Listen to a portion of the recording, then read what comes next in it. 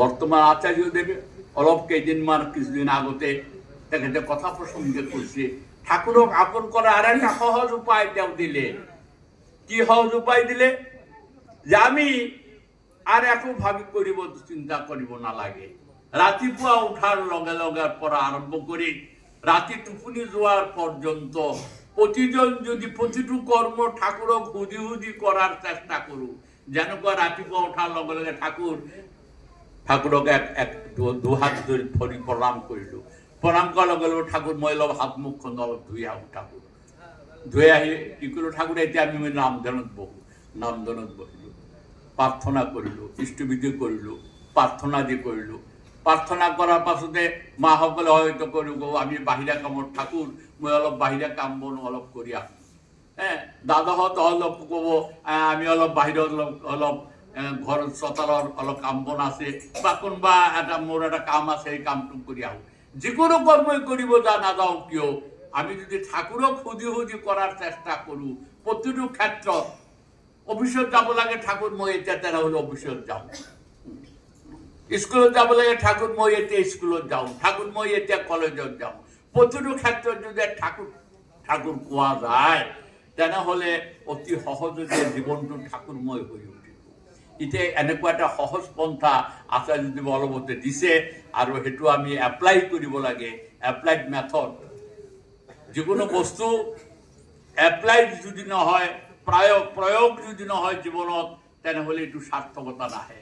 Applied কৰিব লাগিব আৰু এপ্লাইড হল জীৱনটো সাৰ্থক কৰা কৰি আগুৱাই লৈ যোৱাৰ কথা। তাই ঠাকুৰে হাজাৰ হাজাৰ বাণী দিছে, আপোনালোকে জানে হাজাৰ হাজাৰ বাণী দিছে, বাংলা ভাষাত ইংৰাজী ভাষাত দিছে। মানুহৰ অনন্ত সমস্যাৰ সমাধানী সূত্ৰ দি থৈ গৈছে, যি তেওঁ ক্ষান্ত হোৱা নাই। তেওঁ এটা সাৱধান বাণী ৰাখি থৈছে। প্ৰায় কিতাপখনৰ প্ৰথমত সেই বাণীটো লেখা থাকে, মোৰ কোৱাবোৰ মোৰ কথাবোৰ তোমালোকৰ যদি কথা ভাবা আৰু চিন্তাৰ একমাত্ৰ পথ হয়, সেইবোৰ যদি তোমাৰ আচৰণৰ ভিতৰত ফুটি নুঠে এয়া কিন্তু নিশ্চয়। গতিকে ঠাকুৰৰ আহিছে এবাৰ আচৰণ ধৰ্মী শিক্ষা দিয়াৰ কাৰণে। অনুষ্ঠান সৰ্বস্ব নহয়, দেখুওৱা বস্তু নহয়।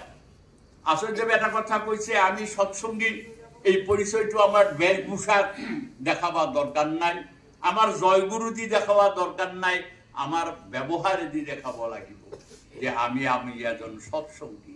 মানুষ জানি গম পায়, বুঝি পায় যে আমি এজন সৎসঙ্গী। আমার ব্যবহার প্রতিটো ক্ষেত্রে আমি একটা সবজিওয়ালাৰ লগত কেনেকুৱা ব্যবহাৰ কৰিব লাগে, বৰদাই বজাৰ কৰিব গৈছিল কেনেকৈ এটা সবজিওয়ালাৰ লগত ব্যবহাৰ কৰে, বৰ্তমান আচাৰ্য ঠিক তেনেকুৱা এটা ৰিক্সাওয়ালাৰ লগত কেনেকুৱা ব্যবহাৰ কৰে, প্ৰত্যেকৰ এটা সন্মান দি কথা কোৱা শিক্ষা ঠাকুৰে আমাক দিছে। কাকো সৰু বুলি ভাবিব নালাগে, সকলোকে সমান চকুত চাব লাগে। গতিকে ঠাকুৰ যে মহান আদৰ্শ জগতৰ বুকৰ মানুহৰ কাৰণে লৈ আহিছে, এই আদর্শ প্রতিপালন করার দায়িত্বটো আমার উপর দি থৈ গৈছে। যার কারণে সত্যাংশ তেখেতে কৈছে, তুমি তোমার নিজ পৰিয়ালৰ দেশৰ দশৰ ভূত এবং বর্তমান ও ভবিষ্যতের কারণে তুমি দায়ী। গতিকে ইউ আর রেসপন্সিবল, তুমি দায়ী। গতিকে তুমি যদি ঠিক হয়ে চলা, তোমার চাই হাজার হাজার মানুষ ঠিক হয়ে চলিব লাগিব। গতিকে আমি প্রত্যেকে ঠিক হয়ে চলার চেষ্টাটো করাই হল আমার সাধনা। আর সৎসঙ্গ করি আমি যদি ঠিক হয়ে নচলো, হ্যাঁ, সৎসঙ্গত আহিলো, আনন্দ ফুর্তি করিলো, অলপ প্রসাদ পানী খালো, তেতিয়া এইটো কেতিয়াও শেষ নহয়। আমার টান থাকিব লাগিব, ভাল পোৱা থাকিব লাগিব, আমাৰ আচৰণ ঠিক হব লাগিব।